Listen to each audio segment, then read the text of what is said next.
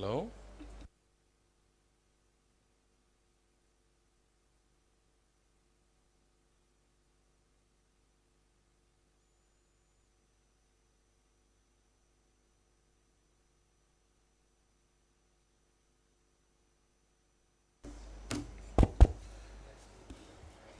అందరికీ నమస్కారం.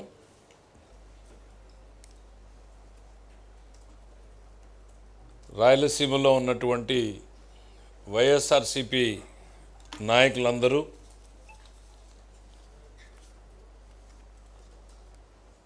రాయలసీమ మీద మొసలి కన్నీరు గారుస్తూ మీటింగులు పెట్టుకుంటూ తిరుగుతున్నారు. మదనపల్లిలో, అనంతపూర్లో, రేపు కర్నూలులో రాయలసీమ మీద అవ్యాజ్యమైన ప్రేమను కనపరుస్తున్నారు. వీళ్ళు 5 ఏళ్ల పాలనలో రాయలసీమకి ఏం చేశారు? వీళ్ళు ఎక్కడైనా కాలువలో ఒక గంప మన్ను తీశారా? 1 మీటర్ కాలువ తవ్వారా? కొట్టుకుపోయినటువంటి అన్నమయ్య డ్యామ్ వైపు కనీసం తిరిగి చూశారా? ఈరోజు రాయలసీమకి ఏదో అన్యాయం జరిగిపోయింది, రాయలసీమ లిఫ్ట్ ఆపేశారని చెప్పి అదే పాత సామెత గుర్తుకొస్తుంది, మొగుడిని కొట్టి ఏదో ఎక్కారు అన్నట్టు, మొగసాలకు ఎక్కినట్టు అని. ఆ రాయలసీమ ప్రాజెక్ట్ని చంపింది మీరు. 2021లోనే స్టే వస్తే ఆగిపోయిన ప్రాజెక్ట్ని మళ్ళీ మేము ఎట్లా ఆపుతాం నాకు అర్థం కాదు. ఆ మాట్లాడేటువంటి నాయకులకి ఇంగిత జ్ఞానం ఉందా లేదా అని నేను అడుగుతున్నా. ఆగిపోయిన ప్రాజెక్ట్ని మేము ఏ రకంగా ఆపుతాం? మీకు కావాలంటే ఆ స్టే ఆర్డర్లు కూడా తెచ్చి చూపిస్తాం. ఎన్సిఎల్టీలో నేషనల్ గ్రీన్ ట్రిబ్యునల్లో వీళ్ళకి స్టే ఇచ్చినటువంటిది.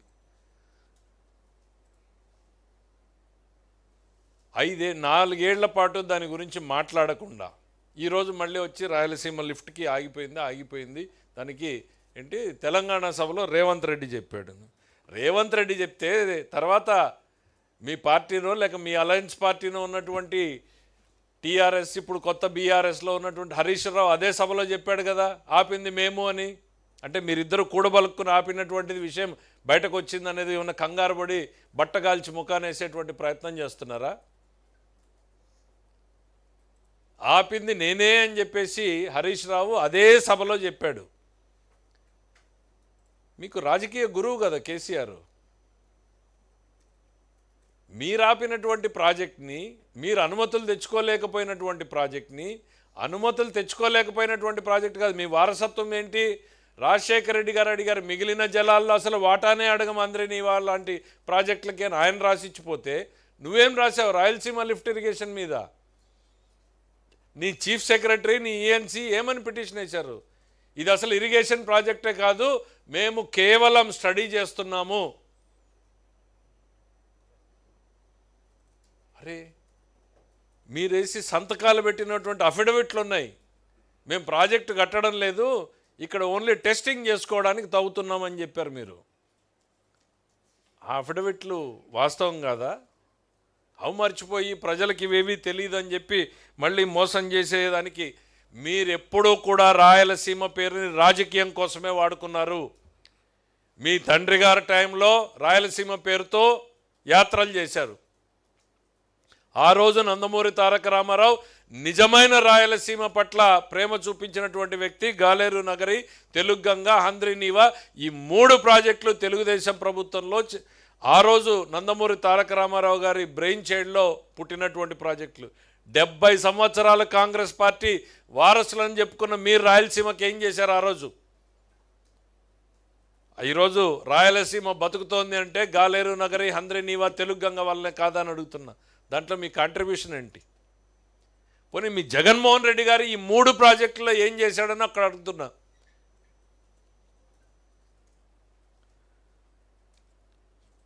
వీళ్ళకి రాయలసీమ మీద అంత ప్రేమ ఉంటే ఎంత ఖర్చు పెట్టారు చర్చకు రండి మీరు. హంద్రీనీవా ఒక్క సంవత్సరంలోనే 3700 కోట్ల రూపాయలను ఖర్చు పెట్టాం. ఒకే సంవత్సరంలో శాంక్షన్, ఒకే సంవత్సరంలో టెండర్ పిలవడం, ఒకే సంవత్సరంలోనే వర్క్స్ కంప్లీట్ చేయడం చరిత్రలో ఎప్పుడన్నా జరిగిందా? అది చంద్రబాబు నాయుడు గారికి రాయలసీమ మీద ఉన్నటువంటి ప్రేమ. మళ్ళీ 2000 కోట్ల రూపాయల పైన ఖర్చు పెడుతున్నాం ఇప్పుడు. ఇది కాక నేను చెప్తున్నా 5 ఏళ్లలో శాసనసభలో మీరు రాయలసీమ పేరుని పలకడానికి మీరు సాహసించలేకపోయారు. ఇవాళ మేము ధైర్యంగా చెప్తున్నాం, రాయలసీమలో ఇదే శాసనసభలో రాయలసీమ హార్టికల్చర్ హబ్ పెడతాం 40,000 కోట్ల రూపాయలతో అని చెప్పగలిగినటువంటి దమ్ము ఈరోజు చంద్రబాబు నాయుడు గారి ప్రభుత్వానికి ఉందని చెప్తున్నాం. ఏం మొహం పెట్టుకుని ప్రజల ముందుకు వస్తారు? హంద్రీ నీవాని మేము 1 సంవత్సరంలో పూర్తి చేసినందుక, రాయలసీమ ప్రాజెక్టులకి 40,000 కోట్లు ఖర్చు పెట్టబోతున్నందుక, 1 రూపాయి ఖర్చు పెట్టినటువంటి మీరు మొసలు కన్నీరు గారిస్తే ప్రజలు నమ్ముతారనుకుంటున్నారా? సిగ్గుపడాలయా. ఎస్, కొంత పని చేస్తే మాట్లాడొచ్చు. మేము చెప్తాం, రాజశేఖర రెడ్డి వచ్చాడు, ఎంతో కొంతైనా మేము చేసినటువంటి హంద్రీ నీవాని ఆయన కంటిన్యూ చేసే ప్రయత్నం చేశాడు, గాలేరు నగర్ని కంటిన్యూ చేసి. నువ్వేం చేసావు? నందమూరి తారక రామారావు ప్రారంభిస్తే చంద్రబాబు నాయుడు మొదలు పెడితే మీరు కంటిన్యూ చేశారు రాజశేఖర రెడ్డి. నువ్వు అది కూడా చేయలేదే. చరిత్రలో నీకు ప్లేస్ కూడా ఉండదు. మరి నువ్వు వచ్చి రాయలసీమ పేరు మీద పెడతా ఉన్నావు. ఇంకా ఏదో రాయలసీమలో కొత్త పేరు పెట్టుకున్నాం మేము, కొత్త ప్రాజెక్టు. మరి ముచ్చుమర్రికి దీనికి తేడా ఏముంది? ముచ్చుమర్రి ఆల్రెడీ మేము కట్టాం కదా, దానికి ఎటువంటి అబ్జెక్షన్ లేవు. ఈరోజు ముచ్చుమర్రి బ్రహ్మాండంగా పనిచేస్తూ ఉంది కదా.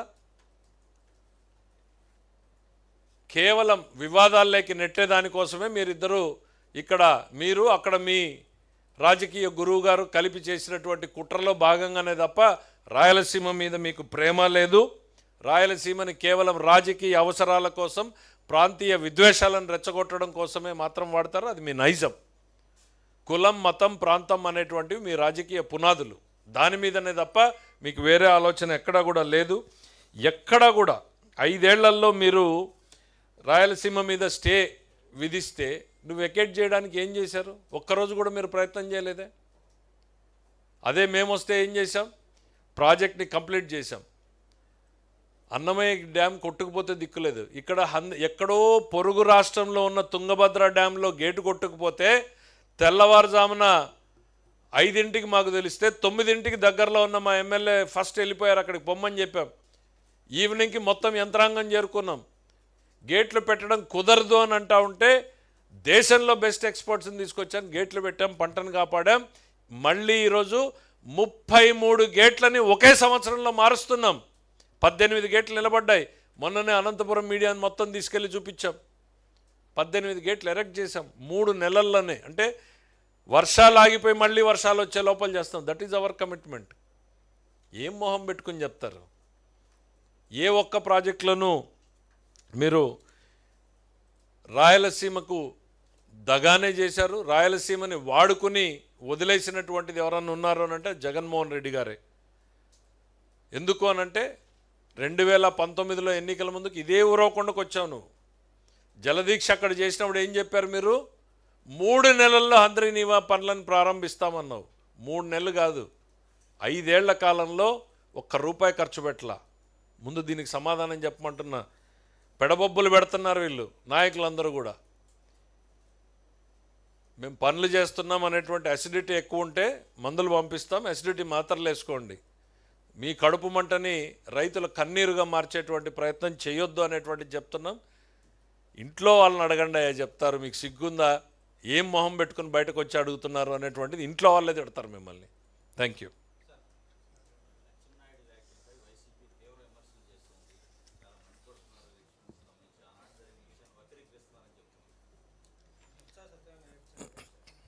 అచ్చెన్నాయుడు గారు ఏం చెప్పాడు?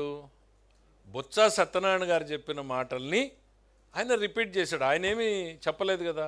బొత్స సత్యనారాయణ గారు ఆ రోజు మంత్రివర్గంలో ఉండి మంత్రివర్గంలో ఆయన చెప్పినటువంటి మాటల్ని చెప్పాడు. తన రాజశేఖర రెడ్డి గారి హత్యలో జగన్మోహన్ రెడ్డి గారి పాత్ర ఉంది అనేటువంటిది బొత్స సత్యనారాయణ గారు స్టేట్మెంట్ ఇస్తే అది చెప్పాడు. దాంట్లో ఒకటి కాదు కదా, ఆ రోజు మీడియా ముందు ప్రజల ముందు వచ్చి చెప్పినటువంటి మాటల్ని ఈరోజు మీరెందుకు అంత ఉలిక్కి పడుతున్నారు? మీరు భుజాలు ఎందుకు? బొత్స సత్యనారాయణ గారు నిన్న బాధపడ్డాను, నేనేమి హర్షించను. కానీ ఎందుకు బాధపడ్డారో మాకు అర్థం కాల. ఆయన చెప్పినటువంటి మాటే అది. ఆయన చెప్పినటువంటి మాటే, మేమేం కొత్తది చెప్పలేదు. అంటే ఆయన అందరికీ ఒక అనుమానం ఏమొస్తూ ఉంది అని అంటే, జగన్మోహన్ రెడ్డి గారి నైజం చూసిన తర్వాత బొత్స గారికి భయం వచ్చింది, ఆ భయంలో నుంచి బాధ వచ్చింది అనుకుంటున్నారు. పరిటాల రవి గారి హత్యలో జరిగినటువంటి నిందితులు సాక్షులు ఏ ఒక్కరు ఈ రోజుకు మిగలలేదు. బాబాయ్ హత్యలో పాల్గొన్నటువంటి సాక్షులు నిందితులు సగం మంది ఆల్రెడీ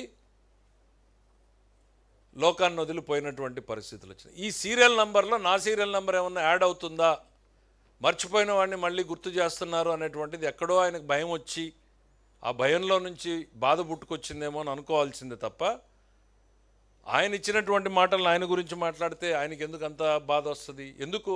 ఇవాళ మీరు హిస్టరీ ఒక్కసారి చూడండి. జగన్మోహన్ రెడ్డి గారి హిస్టరీని మనం చూస్తే బొత్స సత్యనారాయణ గారు ఏడవడంలో కొంత నిజం ఉంది. ఎందుకంటే గుండెపోటు నుంచి గొడ్డలిపోటు వరకు,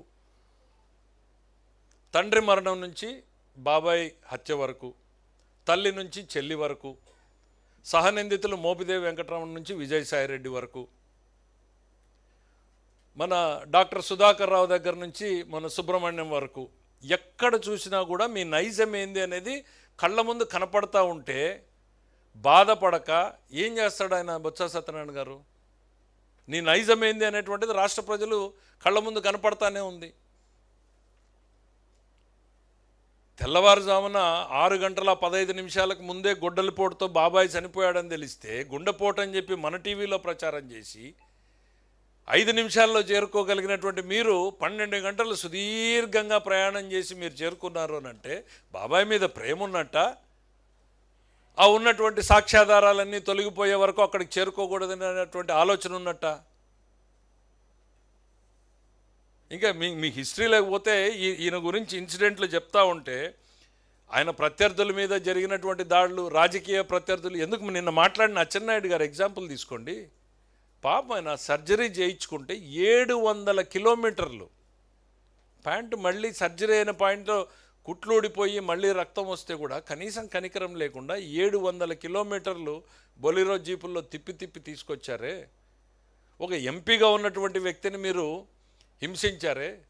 న్యాయస్థానాల్ని మీరు నిన్ననే కామెంట్ చేసిందే, జడ్జిలు తిట్టిన రోజే మేము చర్యలు తీసుకుని ఈ పరిస్థితి వచ్చేది కాదు అనేటువంటిది. ఎలక్షన్ కమిషనర్ని రాష్ట్రంలో లేకుండా పక్క రాష్ట్రంలోకి పోయే పరిస్థితులను కల్పించావే. ఈ జగన్మోహన్ రెడ్డి గారి నైజమేంది అనేది కళ్ళ ముందు కనపడతా ఉంటే బొత్స సత్యనారాయణ గారు బాధపడక భయపడక ఏం చేస్తారు? మేం కాదు, ఆ రోజు గవర్నమెంట్లో ఉన్నది ఆయన. గవర్నమెంట్లో ఉన్నటువంటి ఆయన బొత్స సత్యనారాయణ గారు ఆ మాట చెప్పాడు. ఇంకా చెప్పాలి, ఆ రోజున్న కిరణ్ కుమార్ రెడ్డి గారు ఒకటి చెప్పాడు, పరిటాల రవి హత్య కేసులో జగన్మోహన్ రెడ్డిని కాపాడడానికి నేను 60 రోజులు కష్టపడ్డాను అన్నాడు. అంటే కష్టపడ్డాడు అంటే దాని అర్థం ఏంటి? ఇప్పుడు లేనటువంటి వ్యక్తిని ఎవరినో కాపాడేటువంటి ప్రయత్నం లేదు కదా, చేయలేరు కదా. దాంతో సంబంధం లేని ఎల్లైనో పుల్లయ్య కోసమో కాపాడేదానికోసం 60 రోజులు కష్టపడక్కర్లేదు కదా. మరి కిరణ్ కుమార్ రెడ్డి గారు చెప్పాలి ఏం కష్టపడ్డాడు. మా అచ్చన్న గారు ఏమీ మాట్లాడాల, అందరూ చెప్పినటువంటి మాటల్ని గుర్తు చేశాడు. రోసయ్య గారు ఇట్లన్నారు, ఆ రోజు జరిగిన సంఘటనలు ఇవి, బొత్స సత్యనారాయణ గారు ఇదన్నారు. నేనేం చెప్తున్నాను, ఇవాళ చరిత్రలో జరిగినటువంటివన్నీ ఒక్కసారి గుర్తు చేస్తున్నాం తప్ప అభూత కల్పనలు మేమేం కొత్త కల్పించి చెప్పడం లేదు కదా జగన్మోహన్ రెడ్డి గారి మీద. ఇవి ఏవన్నా కూడా అల్టిమేట్లీ లబ్ధిదారుడు ఆయనే. అది కోడికత్త అయినా గులకరాయి అయినా, తండ్రి మరణమైనా బాబాయ్ హత్య అయినా, అన్నింటినీ ఆయన ఒక సింపతిగా మలుచుకునేటువంటి ప్రయత్నం చేయడంలో ఆయన ఎక్స్పర్ట్. ఓ సంఘటన జరుగుతుంది, చేయించేది ఆయనే, మళ్ళీ బాధితుడిగా నటించేది ఆయనే. నేను అందుకే చెప్తా ఉన్నా కదా, ఈ సమాజానికి వైసీపీ హానికరం, వైసీపీ నెవర్ అగైన్ అనేటువంటిది నేను అందుకే అంత బలంగా శాసనసభలో కూడా చెప్తా వస్తున్నాను నేను. సార్ చెప్పండి.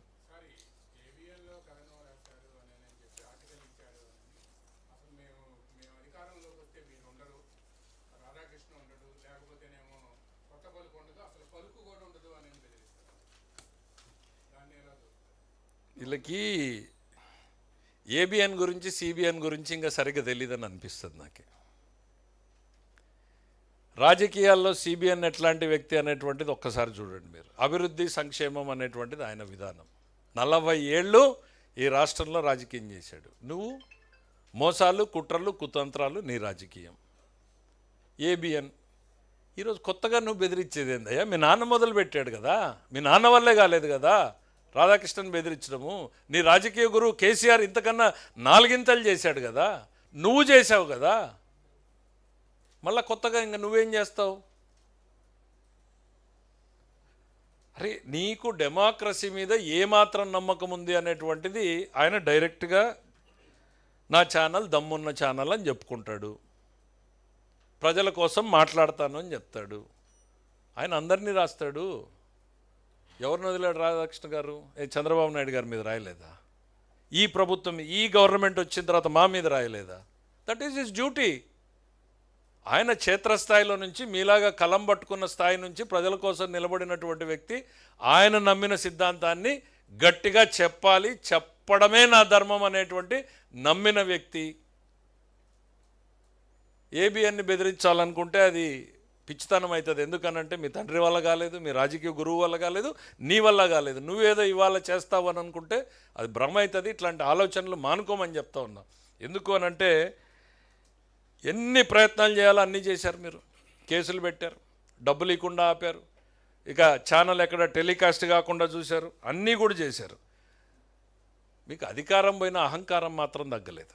అధికారంలో ఉన్న మేమేమో ప్రజల కూలీలన్నీ చెప్పుకుంటాం, మీరు మాత్రం ఇంకా పాలకులు పెత్తందారుల మనస్తత్వం. అడుగడుగునా కూడా మీ పెత్తందారుల వ్యవస్థ, బయటికి వెళ్తే రప్పా రప్పా నరుకుతామనేటువంటి వ్యవస్థ, ప్రజల్ని హింసిస్తాము, బెదిరిస్తాము అనేటువంటిది ప్రత్యక్షంగా ఇప్పుడే చెప్తున్నారంటే మీరు శాసనసభలో లేకుండా పోయారు, రేపు ప్రజల్లో కూడా లేకుండా పోతారు, గ్యారంటీగా చెప్పగలుగుతున్నాం మేము.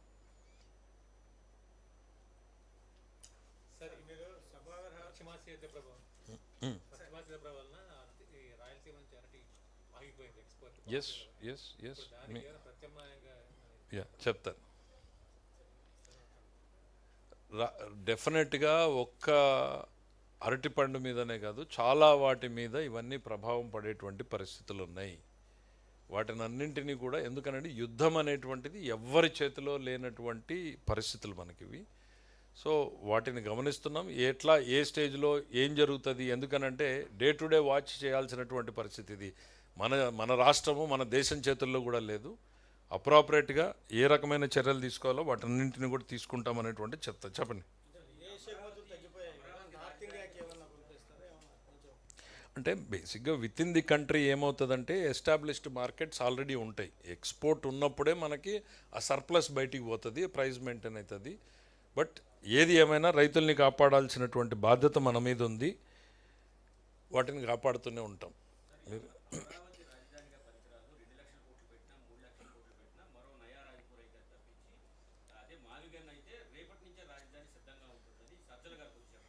ఇప్పుడు ఆయన మావిగన్ అంటాడు, ఇంకొక ఆయన పెంటగన్ అంటాడు.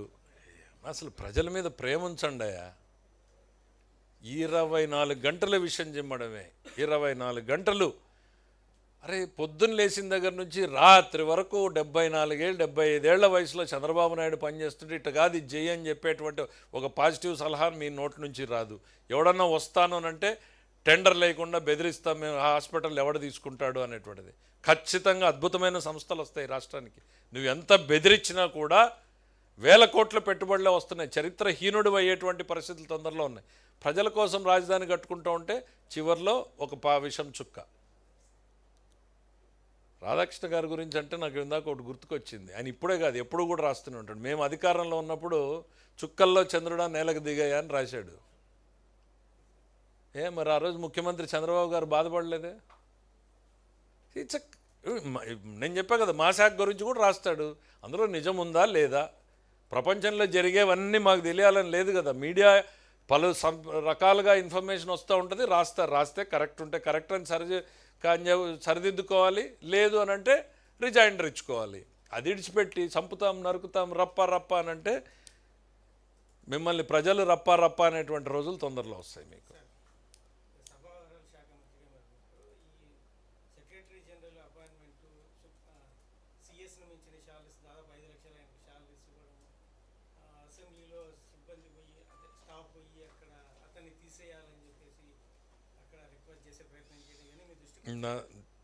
నా దృష్టికి డైరెక్ట్గా అయితే నన్ను ఏ ఎంప్లాయీ సంఘం కూడా మాట్లాడలేదు. మీలాంటి మిత్రులు మాట్లాడిండేదే తప్ప ఏ ఎంప్లాయీస్ నా దగ్గరకు రాలేదు, నన్ను అడగలేదు, నాకు రిప్రజెంటేషన్ ఇవ్వలేదు. Whatever has been done as per the established practices ప్రకారమే జరిగాయి. గతంలోనూ ఉన్నాయి, ఇవాళ కొత్త కాదు ఇవన్నీ కూడా. డెమోక్రసీలో ఇప్పుడు ఇవాళ శాలరీలు అనేటువంటి దానికన్నా కూడా ఇంపార్టెంట్ హయ్యెస్ట్ లెజిస్లేటివ్ బాడీలో హయ్యెస్ట్ నాలెడ్జ్ ఉన్నవాళ్ళు ఇంపార్టెంట్ అనేటువంటిది మనకి నెసెసిటీ. మిగిలిన వాళ్ళల్లో ఎక్స్పీరియన్స్ వేరు. లెజిస్లేటివ్ ప్రాక్టీస్లో ఆయన కూడా పార్లమెంట్ దగ్గర నుంచి సుప్రీంకోర్టు బ్యాక్గ్రౌండ్ కొంత ఉన్నటువంటి వచ్చినటువంటి వ్యక్తి కాబట్టి ఓకే, ఎంప్లాయీస్ ఏమైనా వస్తే చూద్దాం. Will redress, we are here to redress all the issues. Thank you.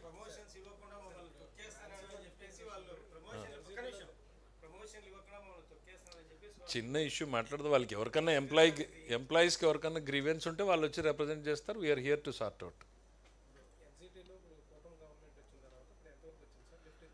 No, దాని మీద ఆల్రెడీ వాళ్ళు ఏదో షోకాజ్ నోటీస్ ఇచ్చారు, దానికి రిప్లై ఫైల్ చేశారు.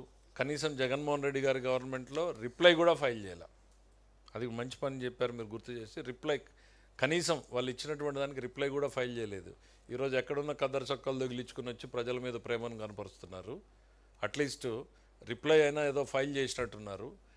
రాయలసీమ లిఫ్ట్ ఇరిగేషన్ కన్నా ముందు ఇవాళ ముచ్చుమర్రి అక్కడ పనిచేస్తూ ఉంది. సేమ్ డెప్త్, సేమ్ వాటర్ని, ఇంకా దానికన్నా 2 అడుగులు కిందకుంది ఇది. ముచ్చుమర్రి నుంచి చంద్రబాబు నాయుడు గారు ఎటువంటి వివాదాలు లేకుండా నీళ్లు తీసుకొస్తున్నారు.